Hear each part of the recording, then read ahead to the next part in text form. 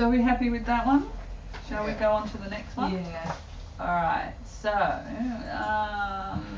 which one would we like? The simile of the cloth or 4654 accompanied by kindness? Which one would we like? Well, if your phone's in airplane mode, you're not going to get my text.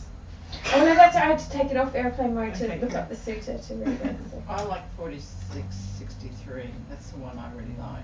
Alright. Compassion.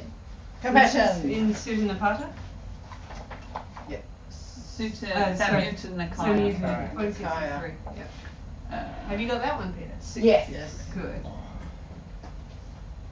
Last time I heard.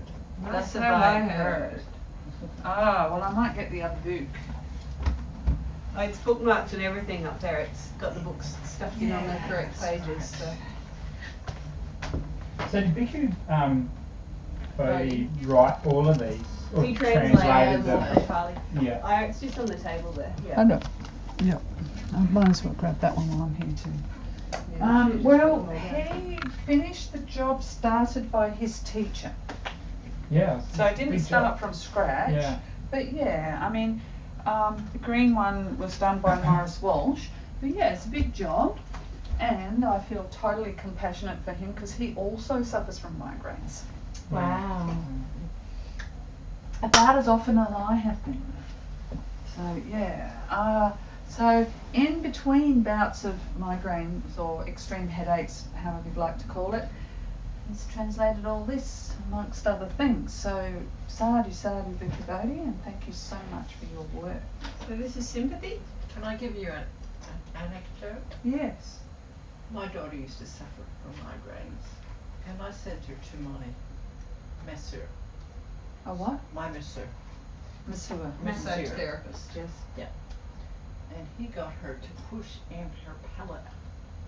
We taught her how to do it, and it would release inside of her mouth, and her migraines would just go. Wow. Oh, that's cool. So it had to do with the palate. I don't know. She knew how to do it, and after she did it so many times, it never came back. Wow. The masseuse is in Adelaide or somewhere Yeah. else? Adelaide. Yeah, he's retired though now. This was like 20 years ago. Well, But anyway. 63? happy to find out how to do that. I had a brain scan the other day, so we shall see what happens with that. Anyway, 63. I had a book stuffed in there. No, it was different. You had it in 54, but that's okay. Oh. Okay, 63 is the one where actually we have all the... It's rinse, lather, repeat, Yeah. This is the other one we looked at quickly last week. What about And the only one that's in full is perception of the skeleton. And then the same one is... Oh, we've got this on Sutta Central, so... Yeah. Perception of the skeleton, perception of loving kindness, compassion, altruistic joy, equanimity, breathing, foulness, death, repulsiveness of food, non-delight, impermanent suffering, non-self, abandonment and dispassion. So everywhere here you see compassion, the same sutta is repeated with these other words in it. Okay. Alright. So, and I'll keep Bhikkhu there though because if we're not sure. This was, because it's quite an old translation. Oh yeah, this is a wonderfully old translation. Okay, so we did look at this last year because we wondered what the limb of wisdom was. Oh, last week we did. Yeah, and the limb of wisdom is the factors of enlightenment. So there's 7 factors of enlightenment, and in this sutta they're described as the limbs of wisdom rather than the factors of enlightenment. So for those who perhaps haven't come across factors of enlightenment before, there's 7 of them, and as you cultivate them, there's 3 that are causative and 4 that are resultant. And this will go through each of those 7 factors of enlightenment or limbs of wisdom, and talk about, so for example, here in a monk cultivates the limb of wisdom or factor of enlightenment, that is mindfulness being the first of the 7 factors of enlightenment, accompanied by the idea of compassion based on seclusion, dispassion, cessation, which ends in self-surrender. So how does Bhikkhu Bodhi say that? He says, when perception of compassion is developed and cultivated. Perception of. When what? When perception? Yes, he says. So here it says idea, and Bhikkhu Bodhi says perception. Perception. How do you perceive it? So when you perceive. In the perception of compassion. The perception of compassion, yes. Weird way of thinking about even an idea of compassion. Oh, when compassion is developed, yes. To perceive something is to know it, though. Yeah, it's No, that knowing without right, thinking of it. no. No, it's not. No, not To at all. perceive something is a categorization and a naming. Subject-object thing. Yeah. Yeah. It doesn't, like, I mean, and here's a good. Last week when I was compromised by this headache thing, I could perceive things, but I couldn't go on to comprehension. Right? I could perceive light, but I couldn't comprehend what it was I was seeing. Or I could perceive that I was looking at a door, or I could perceive that the Anagarika said, "Good morning, Sanchachari, how are you?" So it's a shallower knowledge. So I had the perception of those words, "Good morning, Sanchachari, how are you?" And I stood there gaping like a goldfish, thinking, "How am I?" Why does he use the word perception? Yeah, that's what I'm going to. So perception, or the idea, is very shallow. I really couldn't comprehend what she actually meant by "Good morning, Sanchachari, how are you?" Which is why I just had a brain scan, by the way. But it was really interesting, like in retrospect, to watch how these layers, some layers were working. So knowing that sound had hit the ear, sound consciousness had arisen. Perception of the sound into words, I was able to perceive a series of words and recognise, though, each word as "Good morning, Sanchachari, how are you?" But it didn't go into sankharas, as in what those words meant. And it certainly didn't go into the mental proliferation of how on earth was I supposed to respond to that. So the actual understanding of the meaning of that sequence of words didn't happen. So it's using perception because it's at the beginning. Here in a monk cultivates, so it's before the monk has actually cultivated. Yeah. So it is also, it's perception as is perceiving compassion, but not really thinking deeply about it, just perceiving compassion, because what he's doing is cultivating mindfulness and using mindfulness of compassion, bringing up compassion and being mindfully present. Developing mindfulness. Personally, I would think maybe even informed by compassion, with a context of compassion perhaps. Accompanied by the idea of compassion. Yeah, or accompanied by the perception of compassion. So you're developing mindfulness. Maybe it means like holding your practice within like a cradle of compassion, a cradle of. But the other ones are like, skeletons, with the perception of a skeleton. Developing mindfulness with the perception of a skeleton. Developing mindfulness with the perception of a bloated, livid corpse. Where's that? No, well, this repeats for like 60 different suttas. This is just number 63. Yeah. There's a sequence that goes from really interested in this 57 one. to 75. The sequence goes from Sutta 57 to Sutta 76. Ah, okay. And But each- compassion is the element we're taking from Yeah. the couplet or set or whatever. We're They're just about looking rotting at bodies at 63. this stage. Yes. So maybe we'll go on to the next one because this one's a little bit hard for us. We did do it last week. Commentaries on these things. Yeah, there are. Yeah. On the back of here, there's a bunch of commentaries. What do the commentaries have to say?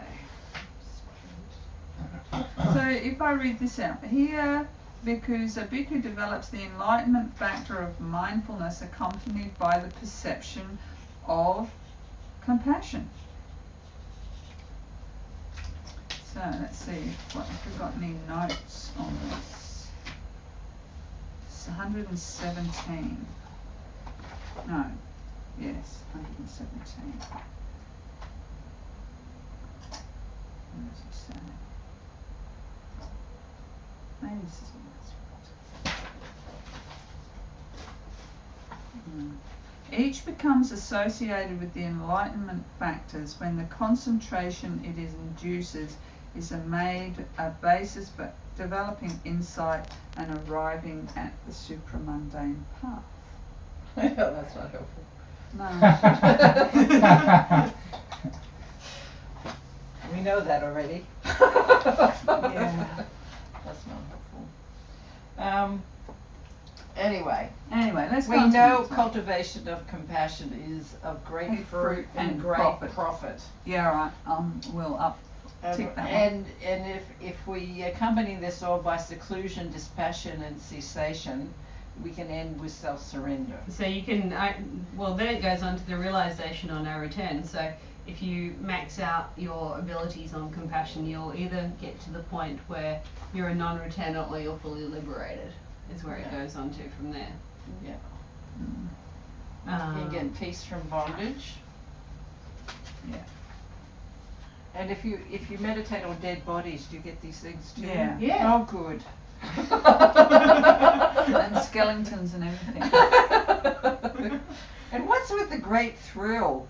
Oh, so I checked this out, right? this was the other question I put to the Brains Trust the other day, because I was like, what is this great? Great thrill. So the great thrill is a very strange translation for samvega. Or Samvega. What same way again? Samvega is the spiritual urgency or spiritual. Oh, sense of urgency. Yeah, number the sense 5. of urgency. Yeah. When the perception of compassion is developed and cultivated, it leads to a great sense of urgency. Yes. The great thrill. Woo. Yeah. Urgency in your practice? Yeah, Or- urgency in your practice. Yeah. Yeah. Gotta practice now. Quick! This is really important. I'm not gonna put this off any longer. Is that because of impermanence? Yeah. Yeah, I haven't got many more minutes and days and hours left in this life. Who knows? Who I knows? could die I could be tomorrow. hit by a bus in walking out into the street I could have and a be reborn as a stroke. spider. Yeah.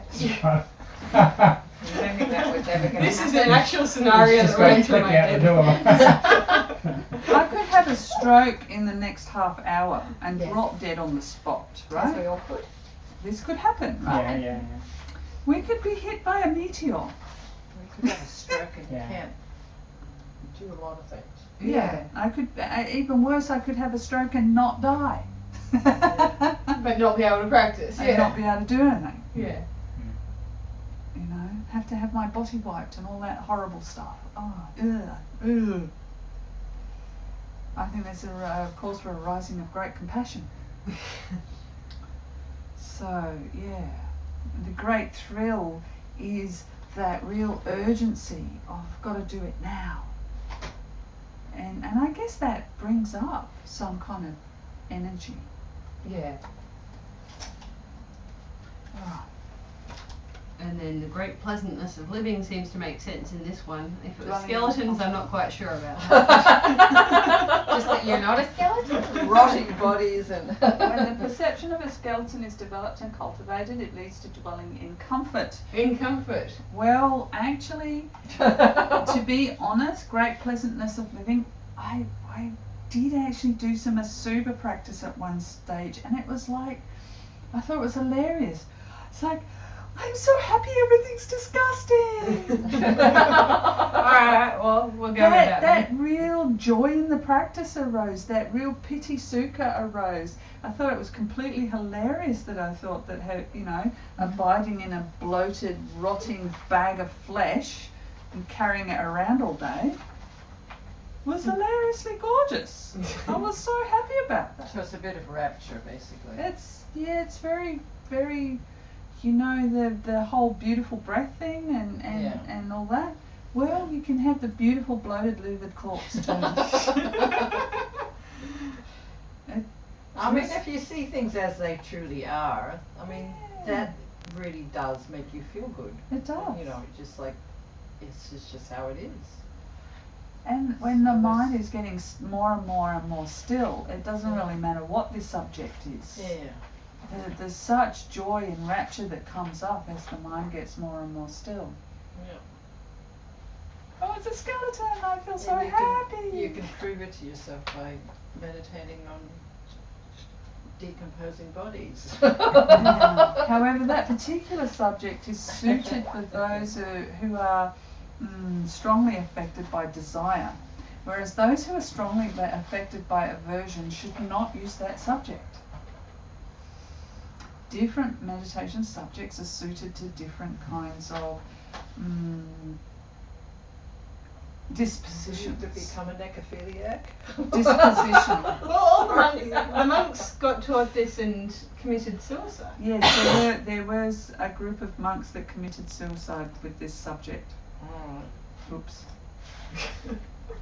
However, and Ananda said, Bhante, it would be good if you would teach loving kindness. Or something like that. My aversion was so great. Yeah, so. But It's so nonsensical, because in committing suicide they become what they're averse to. I don't understand that. Anyway. Committing suicide's never rational. No. Suicide amongst monastics, It's but not rational. yeah. So. the Sangha was somewhat depleted. Yeah. I think was the nice line. Oops. Yeah, Ananda, the Sangha seems somewhat depleted, said the Blessed One. I'm like, that's the best sense of humour. Let it be always known the Buddha had a good sense of humour. A little bit. Oh, yeah. Anyway. Are we moving on to Can we the move on? MN7? Yeah. Which one? Either 7 or are we doing 4654? They're both lovely. Well, pick. Toss a coin. Alright, 7. Let's go. Seven? Let's Then go. we're doing a proper sutta. The cloth. Not that I'm real familiar with Simile this. of the I cloth. think I know this homework. Alright. It's been a while since Oh, I did this maybe 6 months ago, so who knows? I might remember it.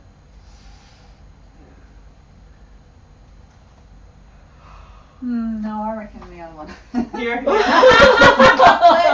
Because I don't see how this has really got a lot about compassion in The it. second half of it And goes the into theme is the compassion. 4 Brahmaviharas, but yes, 46. Oh 54? yeah, well, that's It's a better size too, I have to say, 46, Yeah. 54 for the time. yeah. We'll look at that one a different day because I think that one's coming from a different direction Alright. rather than looking at the qualities of compassion. That one says if you're doing all this other stuff and you want to abandon it, then develop compassion. Well, we're trying to understand what compassion is in order to be able to develop it more effectively. Alright, Yeah. so Samyutta Nikaya 4654, accompanied by a loving kindness. So, on one occasion, the Blessed One was dwelling among the Kolyans, where there was a town of the Kolyans named Vasana. And then in the morning, a number of bhikkhus dressed and taking their bowls and robes entered Vasana for alms. Then it occurred to them, it's still too early to walk for alms. Let us go to the park of the wanderers of other sects. Then let's go have a philosophical discussion at crack of dawn. At 4 in the morning. With other Yeah. With people other of other monastics, religions. Yeah, So there was a big culture of these people just milling about. milling about having these debates at 4 in the morning. Well, maybe not 4, maybe 6. Yeah. So 6 o'clock in the morning, The sparrows are wondering whether it's time to Sing? chirp. No, they've already done that. No, if the sparrows are chirping, they can go far. Oh. So the sparrows haven't quite chirped yet.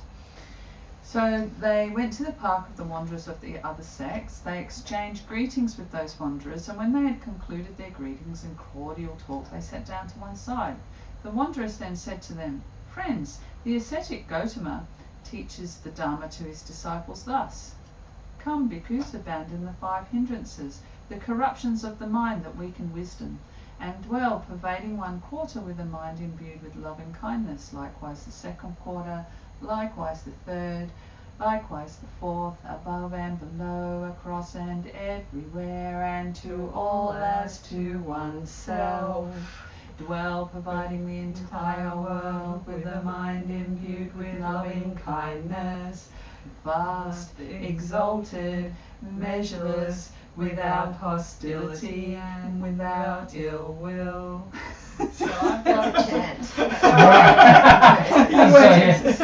I've got a different translation. Okay. However, it's one of the ones we chant from time to time, including yesterday. Yeah. And then the same dwell, pervading 1 quarter with a mind imbued with compassion, a mind imbued with altruistic joy, which is the translation of mudita, which I talk about as being rejoicing in your own good deeds and the good deeds of others, or goodness. I've also seen it as gladness. Yes, gladness. Dwell, pervading 1 quarter with a mind imbued with equanimity, etc. We too, friends, teach the Dharma to our disciples thus. Come, friends, abandon the 5 hindrances, as above. Dwell, pervading the entire world with a mind imbued with loving kindness, compassion, altruistic joy, equanimity, without ill will. So, friends, what here is the distinction, the disparity, the difference between the ascetic Gautama and us? That is, regarding the one Dharma teaching and the other regarding one manner of instruction and the other.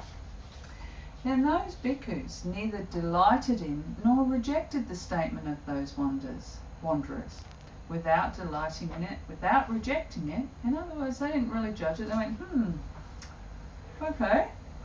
They rose from their seats and left thinking, we shall learn the meaning of this statement in the presence of the Blessed One. Let's go ask the teacher, guys. What are they going to find out? What the meaning of the question, what is the difference between the way the ascetic Gautama teaches the 4 Brahmaviharas, loving kindness, compassion, altruistic joy or gladness and equanimity, and the way they teach it, these other sects. So we teach this too. What's the difference between the way we teach it and the way the ascetic Gautama teaches it? And so the Buddha. The Buddha. And so they said, we should ask the teacher, basically. So after they walked the alms and returned, and after their meal, they approached the Blessed One, and having paid homage to him, they sat down to one side and reported to him the entire discussion between those wanderers and themselves. Then the Blessed One said, Bhikkhus, when wanderers of other sects speak thus, they should be asked. So actually, just before I go on, this is relevant in a present day context. So for example, when a person of the Christian faith says to me, well, Jesus taught to love thy neighbour, Jesus taught to love thy enemy, how is that different to the loving kindness that the Buddha teaches? It's not such a different question.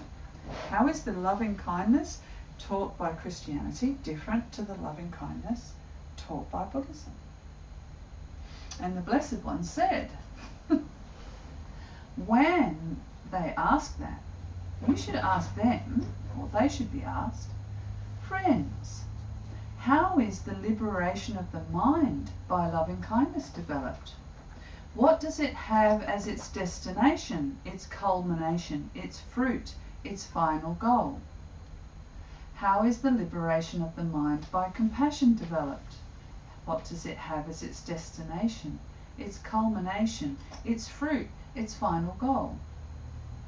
Etc. Same for liberation by gladness and liberation by equanimity.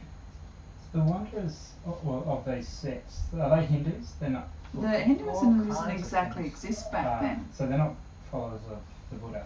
No, No. they're not follow. So there might be Jains. Yeah. Niganthaputas. Mhm. They might be because at that time the Brahmins, which later became Hinduism, weren't wandering ascetics. Mhm.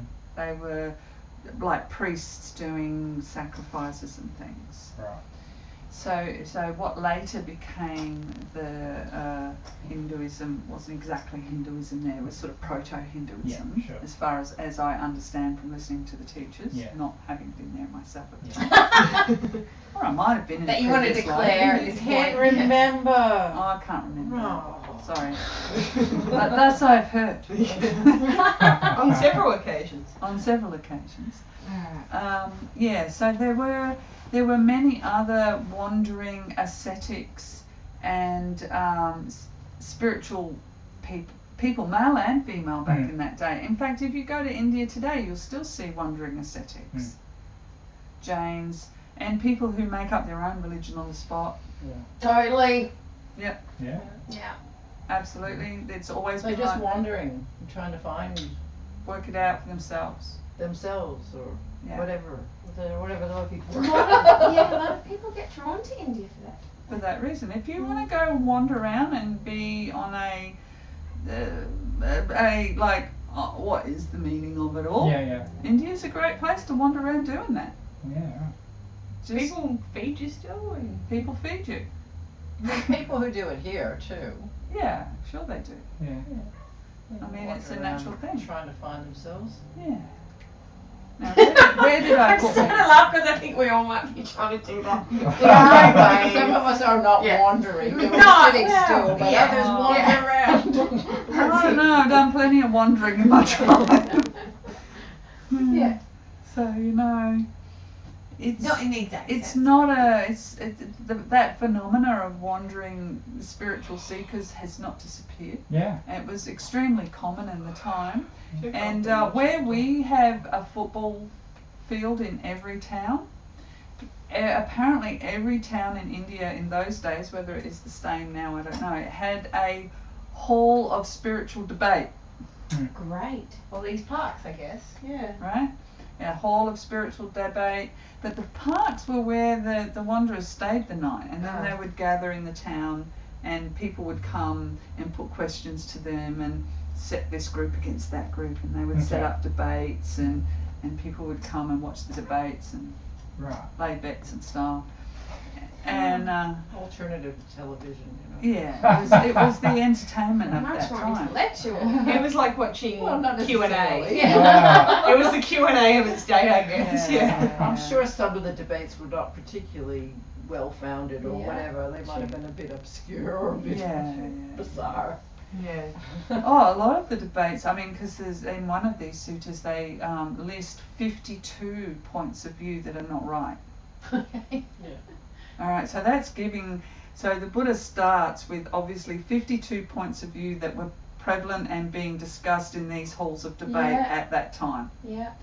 and then proceeds to demolish all 52 of them. Now to us, we look at them and think, what on earth? Why would anybody think that actually it's okay to well, actually people do think it's all right to run around killing people, and that's a fine thing to do. Yeah.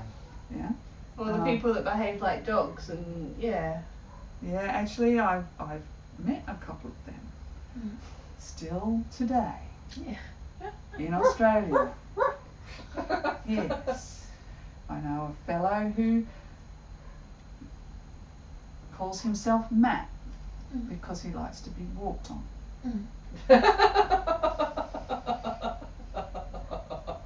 That's with one T, not two. Yes. So these kinds of things and there's nothing new under the sun, you know. So anyway, very nice fellow, Matt. Very nice. Very obliging, I bet. Yeah, but if he comes there, he's like he'll lie down and ask you to walk on him because that's his way of achieving non-self. Mm. Okay, fine, you know. But I hope that it works for him. The question is, does it work for others there, isn't it? I So feel this that is what would the make Buddha's us asking, uncomfortable. yeah. So the Buddha's asking, does this work for you? Yeah. So, you know, Matt, how does the liberation of mind develop by having people walk on you? Mm. What is its fruit? What is its destination? What is its culmination? You know, what's the final goal of this? Mm. It's like lying on nails, I guess. Yeah, lying on a bed of nails. How is the Which liberation the of Jains mind? did. I didn't know that until I came here. Which they still do. Mm. Yeah. Do, yes. And apparently, if you're really luxurious, you have lots of nails. Yeah, it hurts Evenly less. distribute them. Yeah, but if you're really ascetic, you have a lot less nails. Crazy town. The more nails you have in your bed of nails, the more luxurious you're just a slacker. Softy. Softy. You know, you've got your nails really close did a together. bed of nails. Yeah. Did he so? Yeah. But his nails were really close together and he had lots of them. Yeah. No, he did starvation, and he did nails, and he did abstinence, and all kinds of things. Well, the Buddha tried lots of these things before he became the Buddha. Yeah. So, how is the liberation of the mind by this, whatever practice you're talking about, developed? What does it have as its destination, its culmination, its fruit, its final goal? And being asked thus, those wanderers of other sects or those practitioners of other practices would not be able to reply. Why not? Because they wouldn't know the answer of how it liberates the mind, because they haven't actually achieved liberation of mind yet. And it may not be a goal. It may not even be their goal. And further, they would meet with vexation. So, and this is just the question. I mean, normally he doesn't actually say anything about the other sects not reaching the final goal, but he was asked specifically, what is the difference from the way we practice compassion, or you practice compassion, and the way they practice compassion, right? So the Buddha understands compassion as leading to liberation of mind, having nibbana as its goal, having freedom from suffering as its fruit. Right? And unless you know that, you can't answer it like that. The next bit makes it clearer, I think, Yeah. So, For what reason? So, I don't see anyone who's able to satisfy the mind with an answer to these questions except a Tathagata or a disciple of the Tathagata, or one who has heard it from them, i.e. us, right? We've heard it from them. That's why I'm not a Tathagata. Well, we missed the bit for what reason, because that would not be within their domain. Yeah. Yeah. For what reason? Because it wouldn't be in their domain. What does that mean? It's not within their realm of understanding. And it's not within what they've been taught is possible. Alright, so there are people who have not yet realised that liberation of mind, but who know that that's the answer because they've heard that that's a possibility. Somebody told them. Somebody And told we're reading them. Tathagata as an awakened one here? The Buddha talked about himself. Whenever he referenced himself, he wouldn't say me or I, he would say the Tathagata. Oh, okay. And the Tathagata, it's really hard to translate, so very often they don't. So he doesn't, when the Buddha's referring to himself, he doesn't say me, mine or I, Because there is no self. because he's seen through the Yeah. illusion of self. He says the Tathagata this and the Tathagata that, and he means himself. Okay. And Tathagata, thus come, thus gone, come and gone, been and gone, been there, done that. Yeah. Thus come, So thus they got gone. the T-shirt. Hmm? When they got the T-shirt. Yeah. Exactly. Yeah. And he's sharing it with all. And so, yeah, I was just wrote the book. I just turned it into the enlightened one. The enlightened one, yeah. Yeah, the enlightened one, the awakened one. So yeah, and This is the useful stuff next. yeah. Okay. So then, now he tells us how to do it. In case that those bhikkhus didn't know yet. Yeah. Because they couldn't answer the question, therefore they didn't know that, so he thinks he better explain it. So, how is the liberation of mind by loving kindness developed? What does it have as its destination, its culmination, its fruit, and its final goal? Oh, good question, Buddha. Here, a bhikkhu develops the enlightenment factor of mindfulness accompanied by loving kindness, the enlightenment factor of compassion, the enlightenment factor of mindfulness accompanied by compassion, the enlightenment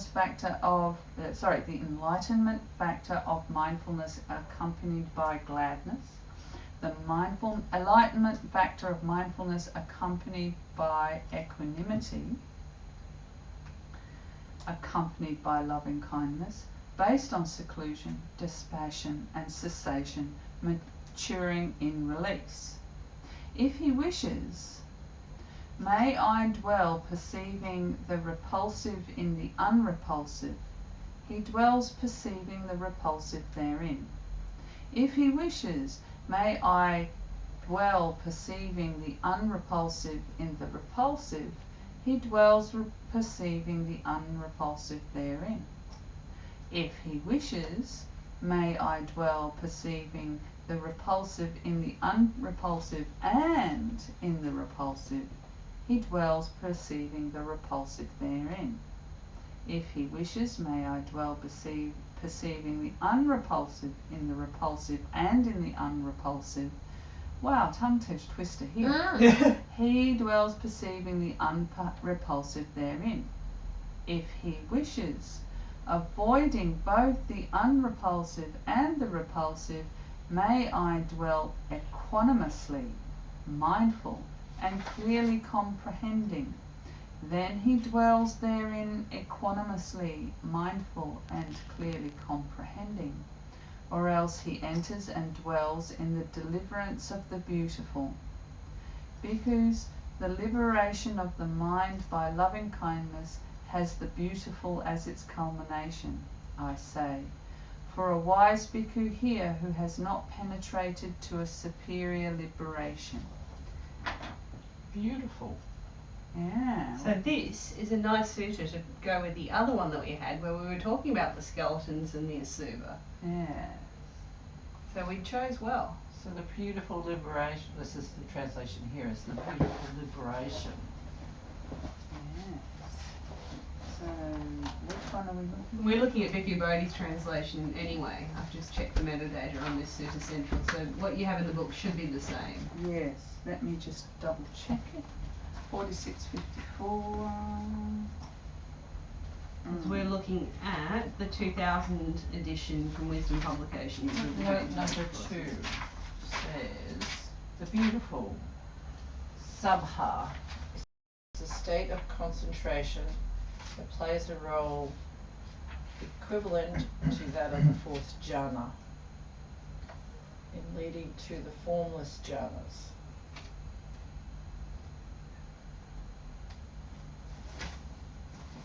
There you go, sabha.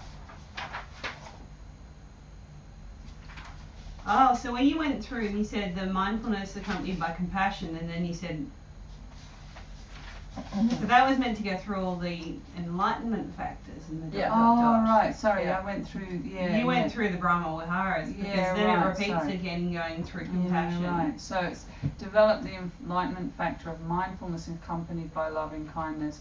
Develop the enlightenment factor of investigation of dharmas accompanied by loving kindness, and develop Energy, the rapture. enlightenment factor of effort accompanied by loving kindness, rapture, etc. Concentration, serenity. was it rapture, tranquility, concentration and equanimity. Equanimity, so we'll eventually get to equanimity of equanimity. Equanimity of equanimity. We will. Pinnacle. Yes. It is though. Well, if you do all this wonderful stuff, then you will get to the jhanas.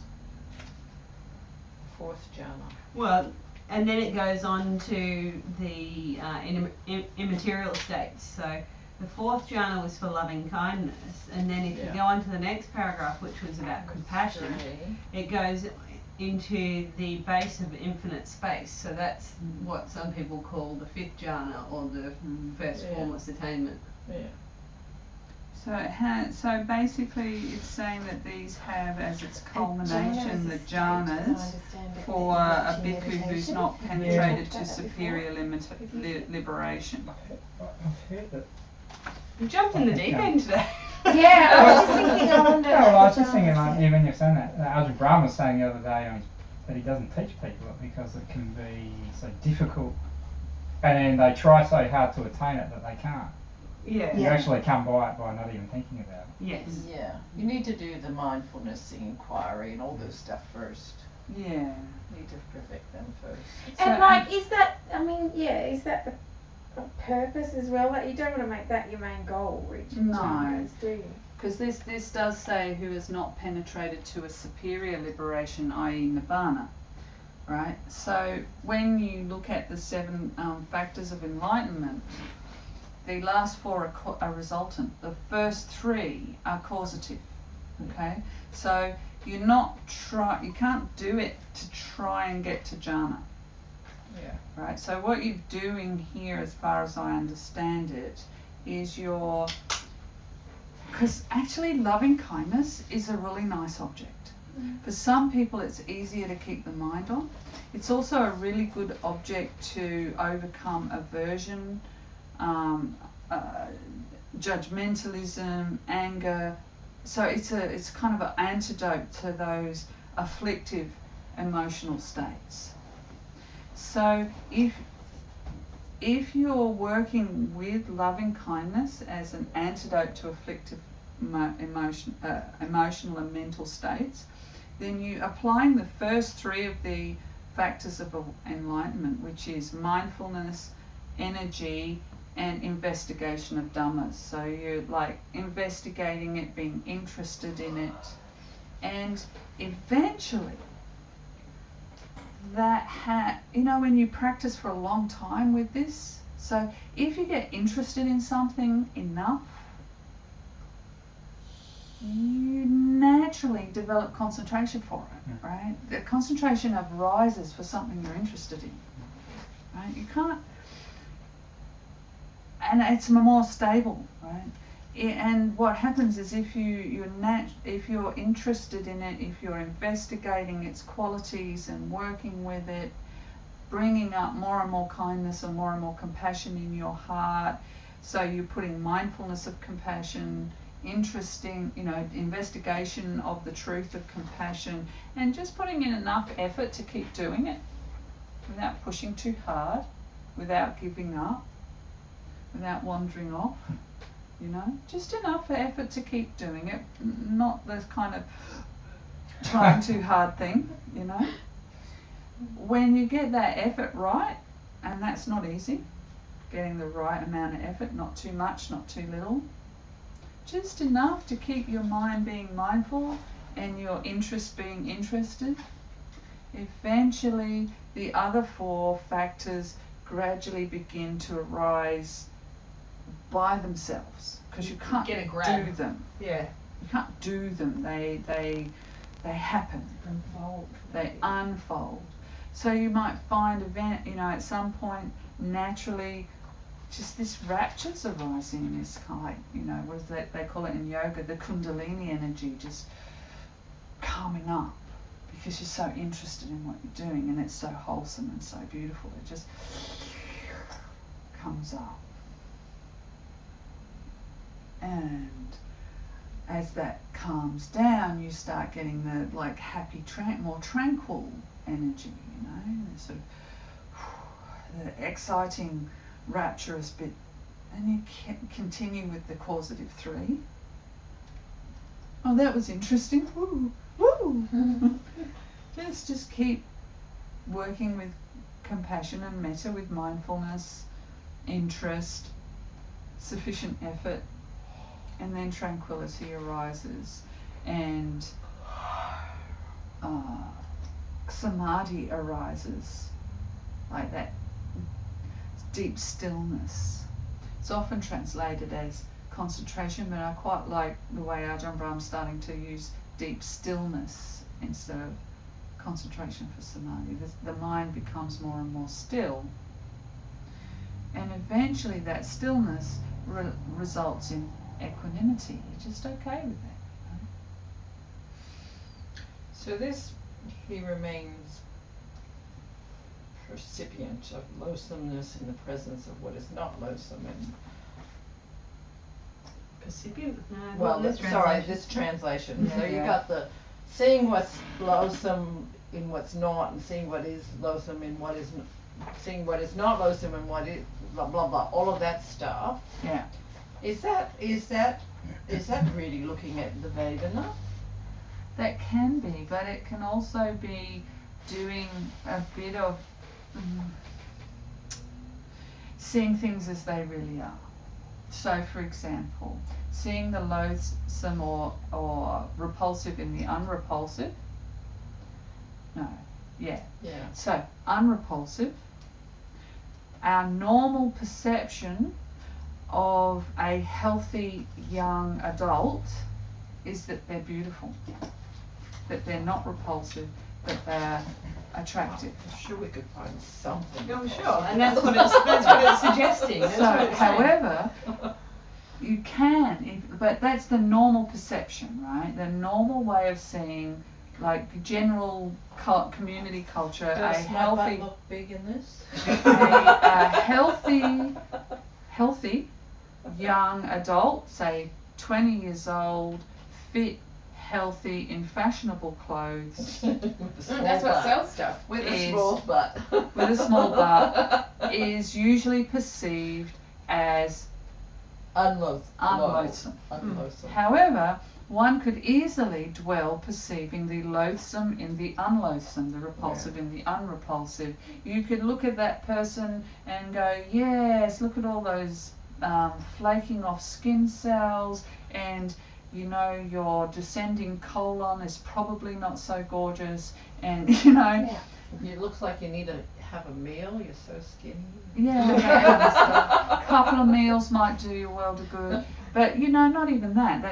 It's more like, okay, that is supposed to be beautiful, but actually it's a sack of skin You're filled actually with dying. muscles. Yeah. And So seeing through the illusion. seeing through the illusion, it's full of intestines, and I didn't hear a love song yet that said, oh, I love your spleen. What a gorgeous lower intestines I you love have. it when you fart. Yeah. You I know, haven't heard that one either. I love the way your belly rumbles because when you haven't eaten for 3 days. And that's how you keep so skinny. That kind of thing. You don't get that. So it's easy, if you try, you can see the unbeautiful in the so-called beautiful. And that's what they're aiming to do. Yeah, so you're seeing through the illusion of beauty there. Then also you can see the beautiful in the unbeautiful, which was what we were talking about before, the gorgeous bloated living corpse. That's just part of life. We all turn into bloated, livid corpses and that are rotting. There's the story of the rotting dog, and the guru says, wasn't his eyes beautiful? Yeah. It's like, Well, okay. you know, and when you see through the illusion of disgusting, you know, that pile of steaming turd was once my lunch, you know, and it's just going to do great things for the garden. The worms will be happy. The I mean, we worms can will look be at this in a simpler way and go, well, there's rich person suffering, and now there's this whole craze of minimalism and that people having nothing, as being this ultimate goal, and so that's basically poor person happiness. So yeah, No choice. exactly. So if you're able to say, if you wish to see the unbeautiful in the beautiful, then you can. You can see the unbeautiful in the beautiful. If you wish to perceive the unrepulsive in the repulsive, then you can see that. Right? So you can actually penetrate that illusion of beautiful and unbeautiful. And when you can see things like that, then you develop an equanimity to it. Is that getting towards Equanimity to attachments? possessions. Attachments? Yeah. A certain level of detachment, but it's not like you don't care. You see it for what it is. You can just see it for what it is, you know. I can lose my revulsion at feces, but I'm not going to go and lie in it because that just wouldn't be healthy. One explanation I had of this recently, which made it clear, was that, you know, we probably don't want to play with kids' toys or go and make mud pies anymore. But we did when we were 2 years old, and we just don't want to play with that anymore. Yeah. It's that kind of thing. It's like, yeah, I just don't want to do that anymore. I can remember how I really liked to put things in my mouth. Actually, you know, I actually remember sitting on the back step here in this very house at 2 years old. And it must have been 2 years old because that very first, there was no concrete laid then. And that concrete was laid before I was 3. And I was sitting on the back step eating dirt, and I actually remember this because I was 2. And eating dirt seemed to be a good thing to do. And my mum came out and said, don't eat that, it's not good for you, it's dirty. And I thought, oh, okay. And I got up and I toddled round the corner on my little 2-year-old legs and saw the big pile of sand that was there for Dad to make the concrete, and went, that looks nice and clean. And I went over and began to eat the sand. Now, I have dispassion towards eating sand now. Yeah. I don't find it at all attractive. And yet I don't have any judgment for that 2-year-old that I was then, you know. That's how they understood it. But I don't really have a great urge to eat sand now. I thought that was a kind of interesting explanation in Nibbida, which makes it really Yeah. clear, yeah. Yeah. It's, you know, somebody said to, I remember seeing one of the talks where someone was questioning why do the monks and nuns repress themselves by being celibate? It's like, well, no, it's just not interesting anymore. Just don't want to play with those toys anymore. I just don't want to play with those toys anymore. Well, some of them do. Some of them find it very Yeah, challenging. yeah. But I mean, that's the intent is for people to get past it. yeah. But, you know, some 20-year-old whatevers, might find it quite challenging. Yes, they do. And Yeah, also some not only narcissists break the 20-year-olds. rules, You know? yeah. Yeah. Not only 20-year-olds. And actually for those people who are finding it really challenging, the asuba, or, you know, reflecting on the corpses and such, is usually recommended for them to see the unbeautiful in the beautiful. To make dispassionate the human body. Yeah, so that instead of when you see that beautiful girl who's bringing your dana and bending over your bowl, as they do, you know, as young girls do Cheeky sometimes. girls. Yeah, well, you know, I'm pretty certain that happens, yeah. I'm fairly sure that happens. That what you see is skin, body hair, fat, layer of fat under the skin. Pimples. Is this an appropriate time for me just to interject, because I have wondered, why is celibacy a rule? Is it to protect you from attachments or to let go of things? Is it to protect you from, I don't know, other people's intentions? Like, I'm not 100% sure of why. Well, that's in there. as I understand it, being not celibate is a fairly gross indulgence of sensory pleasure. Got it. And like passion maybe. And passion. And it causes Desire. all sorts of emotional and intellectual entanglements. Yeah. And so when you become celibate, you set aside emotional entanglements with other people, at least that have a physical basis. Yeah. You're still going to have politics. Yeah. Yeah. But that kind, like sex, is very much about desire and passion. And we are intending to train ourselves to let go of desire and passion. And so that's a fairly, you know, Like an epicenter of it, yeah. that's a strong epicenter of desire and passion. Yeah. Really. There's so much going on with interpersonal, physical, intimate relationships. Even with setting that aside, you know, interpersonal relationships without a physical aspect are challenging enough. Yeah. Really. So, And then some of them use sex to help them raise their levels of consciousness and blah blah blah. yeah, that's But what that's they say. after they got past letting it go, and then.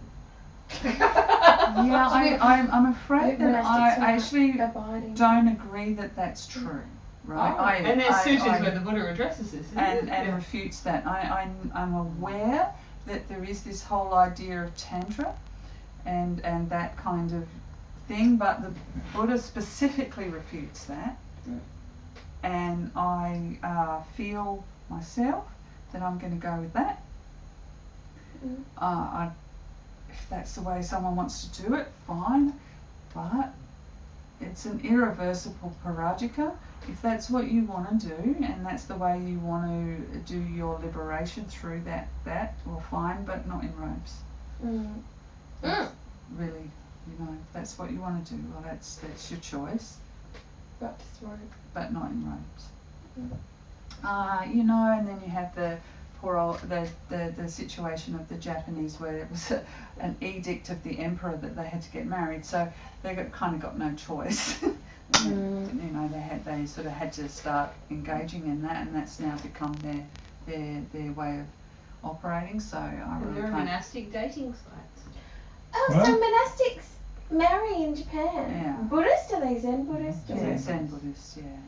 Oh, But that interesting. What resulted about from an you? edict from the emperor, so you know, really they didn't have any choice there. Mm. You know, Yeah. It but became culture. in terms of the rest of us, well, we didn't have an edict from the emperor for that, and so I'm going to stick with the Buddha on this one. No, I think you should. I was just giggling because I was like, if anyone wanted to get around it, they could just go and practice in Japan. Well, yeah, So obviously, Yes, but they it's wouldn't your get the easiest benefits of being path. celibate Yeah. either, though. No. Yeah. Yeah. Well, there are celibate Zen practitioners who choose it anyway, you know, but they don't have to. Right? Yes. Well, you know, there are non-celibate Theravadins as well, but Yeah. we And Mahayana and. yeah, but they are breaking the rules. Ah, well, you know. Vows. So anyway, the idea,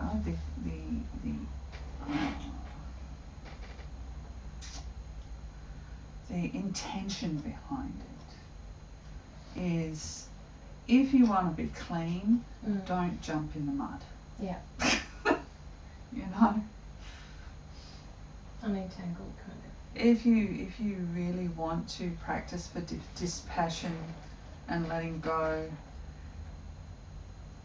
the field of physical interpersonal relationships is, I would find that too challenging to also be doing that and trying Well, to they're let go. contradictory, aren't they? Yeah. It's just a bit Is that contradictory. why, I'm not sure, Theravada monks aren't, but they're not allowed to touch females, is that correct? And I was just wondering, is that why This is why that I shook your hand? Is No, that, I so that's the wasn't same for supposed to. nuns as well? So. Yeah. Well, the rule is that I should not touch a man with lust in my heart. Did I have that? No, with got lust in my heart. However, how do I manage? I'll shake your hand. I'll shake your hand. I'll shake your. Not you.